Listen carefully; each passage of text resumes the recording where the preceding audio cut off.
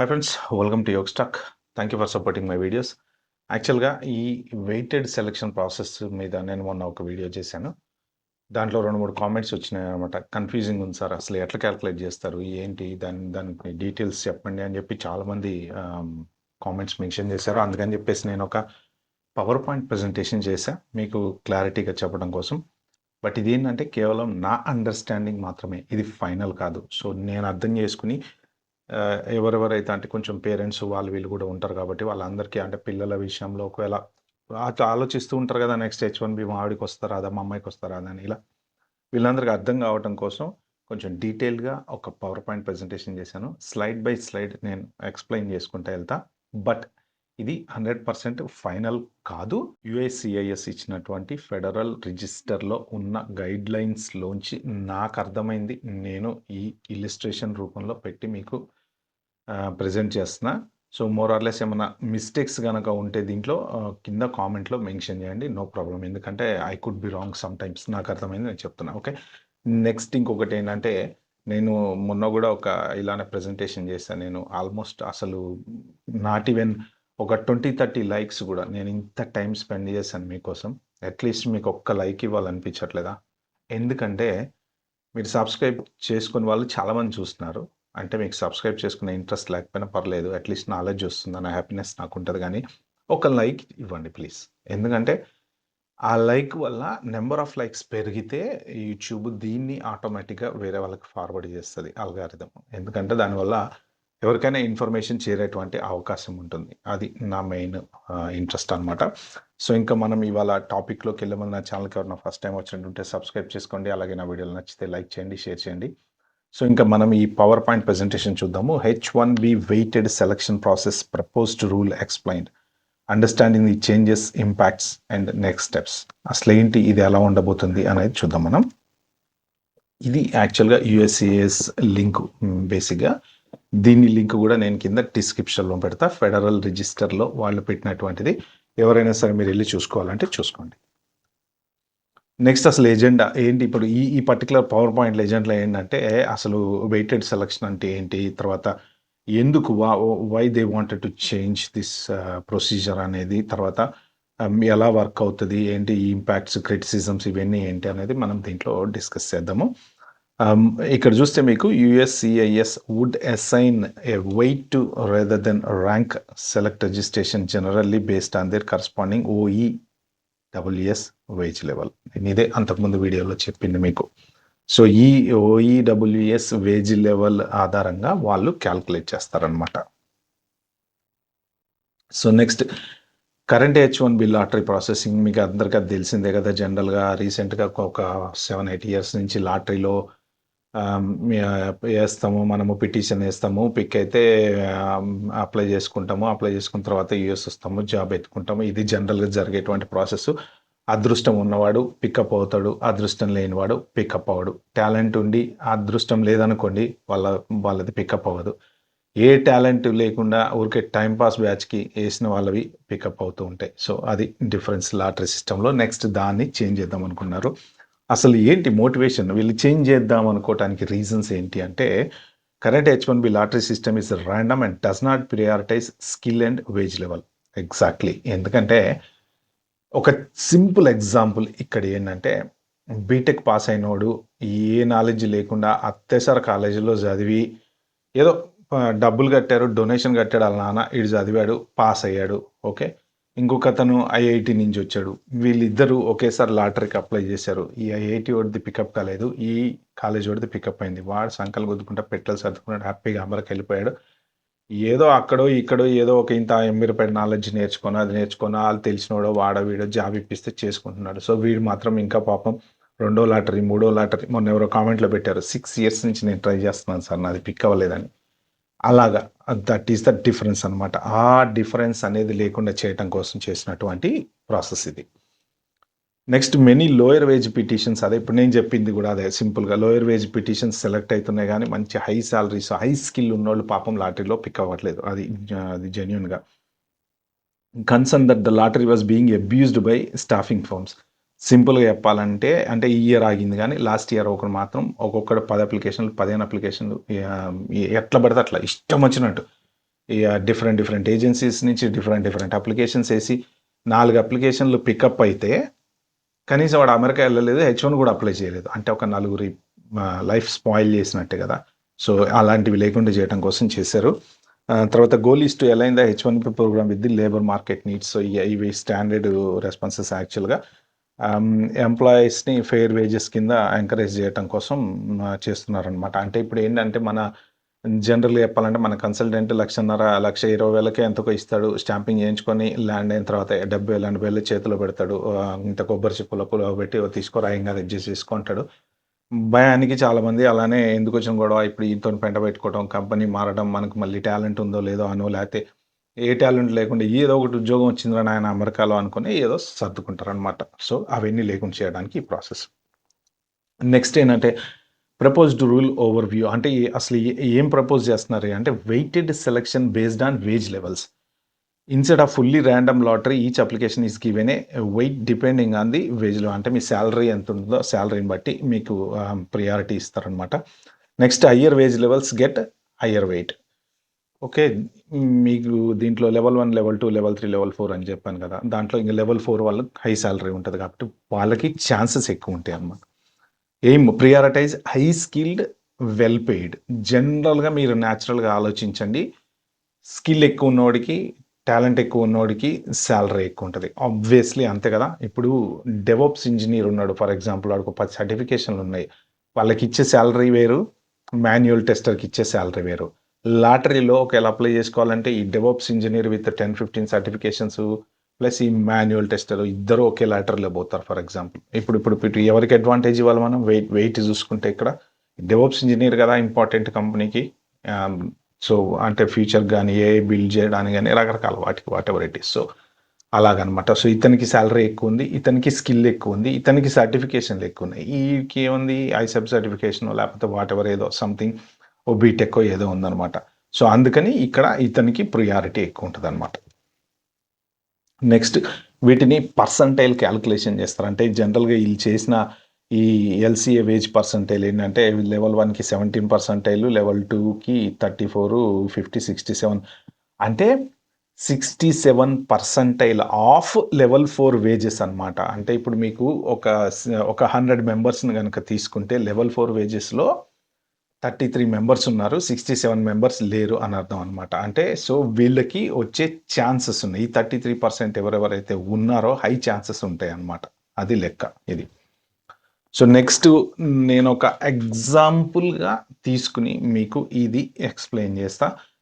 నేను పెట్టినవి ఇవే వేజెస్ యుఎస్ఏఎస్ వాళ్ళు ఇచ్చినాయి కాదు, కన్ఫర్మేషన్ ఇచ్చినాయి కాదు. It's just my own assumption and example మీకు అండర్స్టాండ్ కావడానికి. ఇప్పుడు లెవెల్ 1 వచ్చేసి మనం 80,000 తీసుకుందాము, లెవెల్ 2 వచ్చేసి 120 తీసుకుందాము, లెవెల్ 3 వచ్చేసి 160, లెవెల్ 4 వచ్చేసి 220. బట్ అగైన్ ఇవన్నీ కూడా మళ్ళీ మీ లొకేషన్ని బట్టి కూడా మారుతాయండి. ఇప్పుడు లెవెల్ 4 220 న్యూయార్క్లో వచ్చేవాడికి ఒక లొకేషన్ ఉంటే మళ్ళీ అదే లెవెల్ 4 వచ్చేసి టెక్సాస్లో ఇంకో లొకేషన్లో ఇంకొక రేట్ ఉండొచ్చు.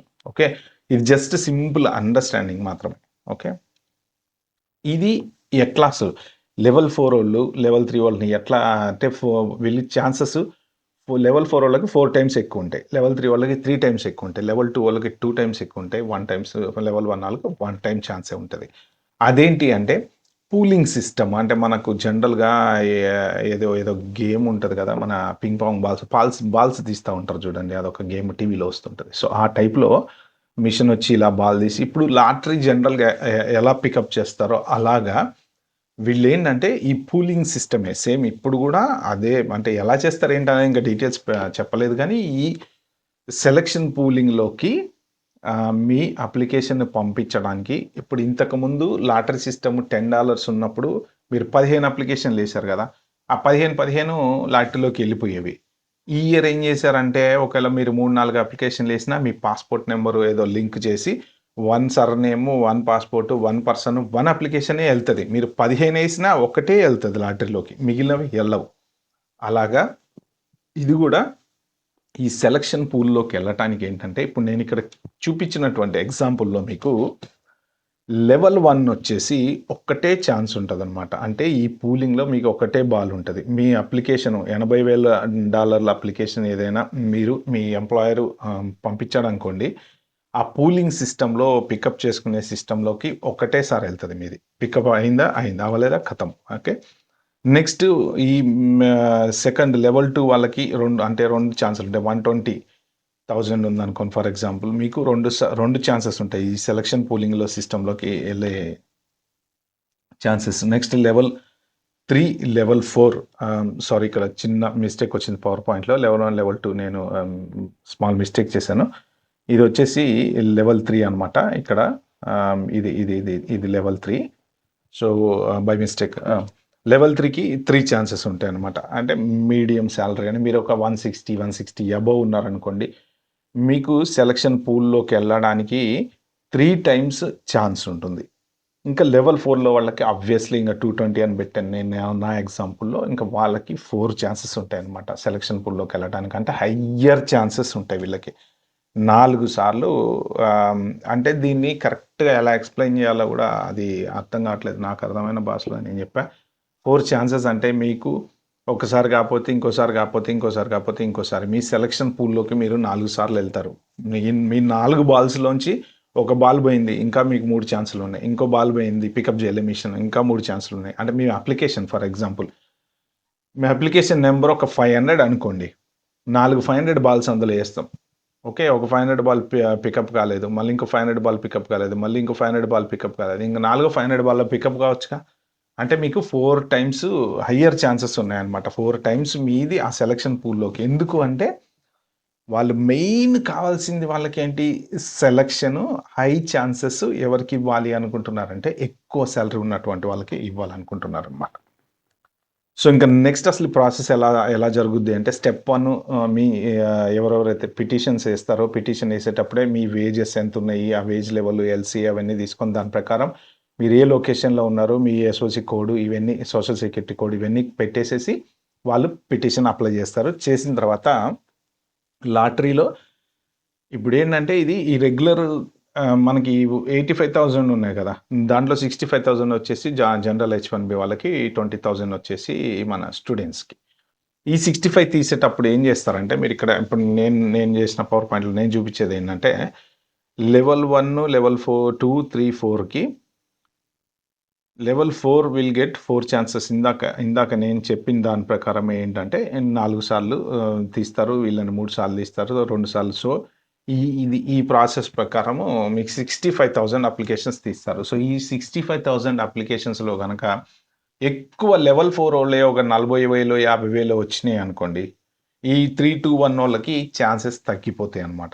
బట్ అవి తక్కువొచ్చినాయనుకోండి, వీళ్ళకి కూడా ఛాన్సెస్ పెరిగే ఛాన్స్ ఉంటది. అంటే మోర్ ఆర్ లెస్ 65,000 అప్లికేషన్స్ అన్నీ లెవెల్ 4లే ఉంటారు గదా! అన్ని కంపెనీలు 2.5 లక్షలు ఇచ్చి తీసుకోరు గదా! కాబట్టి మీరు టెన్షన్ పడొద్దు. ఎందుకంటే తక్కువ సాలరీ ఉన్నోళ్ళకి గూడా వచ్చే ఛాన్స్ అయితే ఉంది డెఫినిట్‌గా.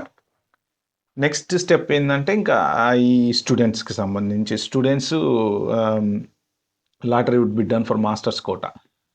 ఓకే. వీళ్ళకి తీసేటువంటి 20,000లో కూడా సేమ్ ప్రాసెస్ ఫాలో అవుతారు. లెవెల్ 4, లెవెల్ 3, లెవెల్ 2, లెవెల్ 1 అంటే టాప్ యూనివర్సిటీస్‌లోంచి బయటకొచ్చి హై సాలరీస్ కొట్టేటువంటి స్టూడెంట్స్ ఎవరైనా ఉంటే వాళ్ళకి ఎక్కువ ప్రియారిటీ ఉంటదనమాట. జనరల్‌గా మామూలు కాలేజీల్లో చదువుకోవచ్చు. ఏదో అమెరికా ఎళ్ళడం కోసం పార్ట్ టైమ్ జాబ్‌ల కోసం వెళ్ళే కాలేజీలు ఉంటాయి. At the same time Harvard, MIT, Stanford అట్లా రకరకాల టాప్ కాలేజెస్ కూడా ఉంటాయి. సో, ఆ టాప్ కాలేజెస్‌లోంచి బయటకొచ్చేటువంటి మాస్టర్స్ స్టూడెంట్స్ ఎవరైతే ఉంటారో వాళ్ళకి హై వేజెస్ ఇచ్చారనుకోండి. ఆబ్వియస్లీ ఈ 20,000లో వాళ్ళే ఉంటారు. బట్ ఇది ఓన్లీ ఇండియన్స్‌కే కాదు కదా! వరల్డ్ వైడ్ ఉంటదనమాట. ఇక్కడ మళ్ళీ ఏంటంటే దీంట్లో చైనీస్ ఉంటారు, లేపోతే ఈస్టర్న్ యూరోపియన్స్ ఉండొచ్చు, లేపోతే జర్మనీ వాళ్ళు ఉండొచ్చు, లేపోతే ఇంకెవరన్నా ఉండొచ్చు. బట్ ఓవరాల్ ఇది వరల్డ్ వైడ్ కాబట్టి ఎటు బయటొచ్చినా 70-80% హెచ్-1లు మన ఇండియన్సే కొడుతున్నారు. దాంట్లో డౌట్ లేదు. చైనా వాళ్ళు నాకు తెలిసి చదువుకొని ఆళ్ళ దగ్గరికెళ్ళిపోతారనుకుంటా. అక్కడ వాళ్ళ కంట్రీని వాళ్ళు ఒక రేంజ్‌లో బిల్డప్ జేసుకుంటున్నారు. అది మనం ఊహించుకోవటానికి కూడా డ్రోన్‌లలో వచ్చి కాఫీలు ఇచ్చిపోతుంటాయన్నమాట డ్రోన్‌లు. సో, అది నెక్స్ట్ లెవెలు.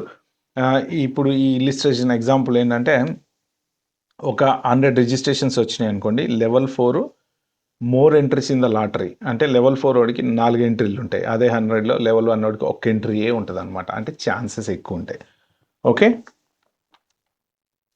నెక్స్ట్ స్టెప్ 4 ఏంటంటే submit H-1B petitions with the same wage levels మీ ఎస్ఓసి కోడ్, లొకేషను, యూఎస్సిఐఎస్. ఇక్కడ యూఎస్సిఐఎస్ వాళ్ళు చాలా సీరియస్‌గా చెప్పింది ఏంటంటే closely review the wage level, salary, location. అంటే మీరు చేసే జాబ్‌కి మీ లాటరీలో పికప్ కావటానికి ఏదో ఒక టర్బైన్ ముందు లాటరీ ఏసే 2,00,000 పెట్టేసి అని చెప్పేసి మనం ఆల్రెడీ అట్లనే కదా మిస్‌యూజ్ చేసింది ఇంతకుముందు. ఏది $10 కదా అని చెప్పి వాడి దగ్గర ఓ 10, వీడి దగ్గర ఓ 10, వీడి దగ్గర ఓ 10 వైన్ షాప్ లైసెన్స్‌లు ఏసినట్టు ఏసారు కదా! సో, ఇప్పుడు ఏంటంటే వాళ్ళు మొత్తం చెక్ చేస్తారు అప్లికేషన్‌ని. అసలు నిజంగా నువ్వు చేసే జాబ్‌కి, నువ్వు ఉండే లొకేషన్‌కి నీకింత సాలరీ వస్తదా? రాదా? ఇప్పుడు సింపుల్‌గా ఒక మాన్యువల్ టెస్టర్ ఉన్నాడండి. ఫర్ ఎగ్జాంపుల్ చెప్తాను నేను. మీరు దీంట్లో పికప్ కావడం కోసం మాన్యువల్ టెస్టర్‌కి 2,50,000 సాలరీ అని చెప్పేసి మీరు న్యూయార్క్‌లో ఉంటున్నారని చెప్పేసి H-1B పిటిషన్ ఫైల్ చేశారనుకోండి. ఎవడు నమ్మడు. మాన్యువల్ టెస్టర్‌కి 2,50,000 ఇచ్చి అంటే ఆ జాబ్‌కి ఆ మాన్యువల్ టెస్టర్‌కి ఎన్నేళ్ల ఎక్స్‌పీరియన్స్ ఉంది? 5 ఏళ్ల, 10 ఏళ్ల, 15 ఏళ్ల? అసలిప్పుడు మాన్యువల్ టెస్టింగ్ జాబ్‌లే లేవు గదా! ఇలాంటి టైంలో ఈడికి 2,50,000 ఎలా ఇస్తారబ్బా? అదొక క్వెషన్ మార్క్ అన్నమాట. అందుకని ఫెయిర్ యూసేజ్ పాలసీ కింద వీళ్ళు చూస్తున్నారు. ఏదన్నా మిస్ మ్యాచ్ ఇక్కడ. If there is a mismatch they will send a denial notice as the wage levels and the details changed. మీ మీరు అప్లై చేసిన జాబ్‌కి, మీ సాలరీకి సంబంధం లేకపోతే డౌట్ లేకుండా మీ లాటరీలోకి ఇదివరకు ఎట్లున్నా సరే డుర్రుని ఎళ్ళిపోయేది. ఇప్పుడు అట్లాంటివి ఏం లేవన్నమాట. Okay. If everything matches with the registration and meets the H-1B requirements as bona fide job they will approve the petition. అది. అది మెయిన్ డిఫరెన్స్ అనమాట. ఇంకా ఫ్యూచర్ అమెండ్మెంట్స్, ట్రాన్స్ఫర్స్, ఎక్స్‌టెన్షన్స్ ఇవన్నీ ఏంటంటే ఎట్ ద మూమెంట్ వీటి మీద ఒక క్లారిటీ అయితే లేదు బేసిక్‌గా. మరి ఇప్పుడు అమెండ్మెంట్ అంటే ఒక కంపెనీ నుంచి ఇంకో కంపెనీకి అమెండ్మెంట్ అంటే జనరల్‌గా చిన్న చిన్న చేంజెస్ అనుకోండి. బట్ ట్రాన్స్ఫర్స్ ఏదైనా కంపెనీ నుంచి ఇంకో కంపెనీకి మారినప్పుడు ఎలా వాళ్ళు డీల్ చేస్తారు ఏంటనేది తెలీదు. USCIS will keep a close watch on wage levels, salaries, location, SOC code for applicants so that employers do not take advantage of the loopholes by changing them to lower levels and lower wages or locations. అంటే నువ్వు ఎక్కడో టెక్సాస్‌లో ఒక పల్లెటూరులో ఉన్నావు. ఎందుకొచ్చిన గొడవ నువ్వు పోయి New York పో. న్యూయార్క్‌లో అప్లై చేసుకోపో. ఒక 2 నెలలు ఎళ్లి మీ అన్నయ్య వాళ్ళ ఇంట్లోనో, లేతే మీ ఫ్రెండ్ ఇంట్లోనో, లేతే ఎవడి ఇంట్లోనో ఉండి ఫస్ట్ H-1B పిటిషన్ అప్రూవ్ అయ్యేదాకా అంతే కదండీ. ఇప్పుడు మాస్టర్ చేసిన స్టూడెంట్ ఉన్నాడనుకోండి ఫర్ ఎగ్జాంపుల్. వాడెక్కడో మాస్టర్స్ చేస్తాడు. న్యూయార్క్‌లో ఏదో ఒక కన్సల్టెన్సీ వాడు ఏదో ఒక జాబ్ కింద పెట్టేసేసి వాడిని 2,50,000 జీతం ఇస్తా అని చెప్పి అక్కడి నుంచి అప్లై చేశారనుకోండి. సో, ఇట్లాంటి ఫ్రాడ్‌లన్నీ కూడా మేము డిటెక్ట్ చేస్తాము. మేమేమి అంత సింపుల్‌గా అప్లికేషన్ మీరు పెట్టారు కదా అని చెప్పి త్రూ చేయము అనేది వాళ్ళ అడ్వాంటేజ్ అనమాట. సో, మనం చేసే జిమిక్‌లన్నీ భలే తెలిసిపోయినాయి ఆళ్ళకు. ఓకే. ఇంక అడ్వాంటేజెస్ ఏంటంటే, ఫెయిర్ వేజెస్ అండి. ఇందాక నేను చెప్పాను చూసారా? ఒక ఐఐటీ వోడికి, ఒక అత్తెసరు డబ్బులు కట్టి చదివిన బీటెక్ వోడికి ఉండేటువంటి తేడా. నేను 100% ఓటేస్తా దీనికి. ఎందుకంటే, చాలామంది క్యాంపస్ సెలక్షన్‌లో ఎళ్లి వాడు 10,00,000కో, 5,00,000కో జాబ్ చేస్తున్న వాళ్ళు ఇండియాలో చాలామందున్నారు. ఈ క్యాంపస్ సెలక్షన్‌లో రాక, నాలెడ్జ్ లేక 60, 70%తో పాస్ అయినోళ్ళు అమీర్‌పేటకెళ్ళి ఏదో కోర్స్ నేర్చుకొని లాటరీలో అప్లై చేస్తున్నారు. టక్కన ఆడికి ఛాన్స్ వస్తుంది. జంప్ అమెరికాకి. అక్కడికెళ్ళిన తర్వాత ఎట్లోగొట్ల బతుకుతారు. ఏ ఉద్యోగం రాకపోతే కన్సల్టెన్సీలో కూర్చొని అక్కడ వాళ్ళకి వీసాలు చేసే ఉద్యోగమో, లేకపోతే టైపులు కొట్టే ఉద్యోగం వాటెవర్ ఇట్ ఈస్ అండి. నెమ్మదిగా ఏదో నేర్చుకుంటాడు అక్కడికెళ్ళినాక వాడో వీడో ఎవడో ఒకడు ఇరికిస్తాడనమాట. సో, ఇలాంటి ఫ్రాడ్‌లు కొన్ని వేలున్నాయి. కొన్ని వేలు, లక్షలున్నాయి అమెరికాలో చెప్పాలంటే. అందుకని జెప్పేసి ఇది ఫెయిర్‌గా నిజంగా టాలెంట్ ఉన్నోడు ఎవడన్నా ఉంటే మాత్రం 100% వాడికి డెఫినిట్‌గా వర్త్. ఇది ట్రంప్‌ని అప్రిషియేట్ చేయాలి ఈ విషయంలో మనం. రెడ్యూస్ లో వేజ్ ఎక్స్‌ప్లాయిటేషన్. చెప్పాను గదా! 1,50,000 ఇస్తా అని తీసుకొచ్చి ఇక్కడికొచ్చిన తర్వాత 50,000 చేతిలో పెడితే అయన్నీ పప్పులు ఉడకవనమాట ఇప్పుడు. Okay. Supports highly skilled workers. నిజంగా స్కిల్ ఉన్నోడికి, టాలెంట్ ఉన్నోడికి మాత్రం సపోర్ట్ చేస్తది. దీని క్రిటిసిజం ఏంటంటే డిసడ్వాంటేజ్ ఫర్ స్మాల్ కంపెనీస్. ఎవరన్నా చిన్న చిన్న కంపెనీలు, స్టార్టప్ కంపెనీలు పెట్టుకొని కొంచెం లో వేజెస్ మీద ఎంప్లాయీస్‌ని తెచ్చుకుందాం అనుకునే వాళ్ళకి కొంత ఇబ్బంది. అది వర్కౌట్ కాదు. ఇక వాళ్ళు ఇండియా నుంచి నడిపించుకోవాలనమాట. ఎంట్రీ లెవెల్ వర్కర్స్ ఎఫెక్ట్ అవుతారంట. ఎంట్రీ లెవెల్ అంటే ఇప్పుడు చెప్పాను కదా నేను ఇందాక, ఈ స్టూడెంట్స్ ఎవరైతే బయటకొస్తారో లేకపోతే కొత్తగా ఇప్పుడు ఒక బీటెక్ అయిపోయిన ఒక 2, 3 ఇయర్స్ నేను ఇండియాలో పనిచేసా, మంచి ఎక్స్‌పీరియన్స్ ఉంది. సో, నేను H1 మీద అమెరికా పోదాం అనుకుంటున్నా అంటే ఆళ్ళకంత సాలరీస్ ఇవ్వరు కదా! ఇలాంటోళ్ళందరూ ఎఫెక్ట్ అవుతారనమాట. ఇక లీగల్ ఛాలెంజెస్ ఉంటాయా అంటే ఇంక అది మనకు తెలీదు. అది లీగల్ వాళ్ళు చూసుకోవాల్సిందే. ఇప్పుడు ప్రెజెంట్ టైమ్ లైన్స్ ఏంటంటే యాక్చువల్‌గా ఇది ఇప్పుడు ఫెడరల్ లిస్ట్‌లో పెట్టారు పబ్లిక్ కామెంట్స్ కోసం. దాంట్లో మీరెళ్లి మీరు టైప్ చేసి సబ్మిట్ కామెంట్ అని గూడా మీరు చేయొచ్చు. నేను దీంట్లో పవర్ పాయింట్ ప్రెజెంటేషన్‌లో ఫస్ట్ పెట్టిన స్లైడ్‌లో ఉంది చూసారా? అది కింద లింక్ ఉంటది. ఆ లింక్ మీరు ఓపెన్ చేస్తే ఇది గుడ్డు, ఇది బ్యాడు, ఇది వాటెవర్ ఇట్ ఈస్ ఎవ్వరైనా సరే సబ్మిట్ చేయొచ్చండి సింపుల్‌గా. ఓకే. ఎక్కడి నుంచైనా సరే కామెంట్ సబ్మిట్ చేయొచ్చు. తర్వాత ఇక ఆ కామెంట్లు అవన్నీ రివ్యూ చేస్తారు. రివ్యూ చేసిన తర్వాత దాన్ని అప్రూవల్ ప్రాసెస్ అనేది ఉంటది. అప్రూవ్ చేసిన తర్వాత ఎప్పుడు ఇంప్లిమెంటేషన్ అయితదని అనేది మాత్రం టీబీడీ ప్రస్తుతానికైతే తెలియదు. ఓకే. సో, ఇది మెయిన్ ఇంపార్టెంట్ దీని గురించి నాకు తెలిసింది, నాకున్న నాలెడ్జ్‌లో చెప్పా నేను.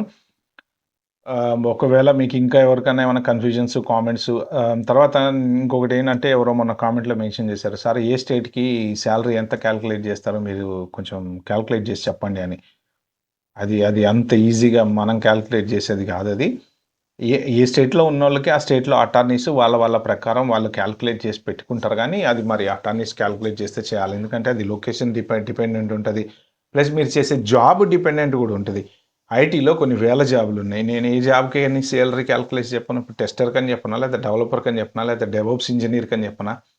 టెక్సాస్‌లో డెవోప్స్ ఇంజినీర్ ఉన్నాడు. క్యూఏ ఆటోమేషన్ ఇంజినీర్ ఉన్నాడు. తర్వాత ఎస్‌క్యూఎల్ డెవలపర్ ఉన్నాడు. సో, వీడికి ఒక్కొక్కడికి ఒక్కొక్క జీతం ఉంటది.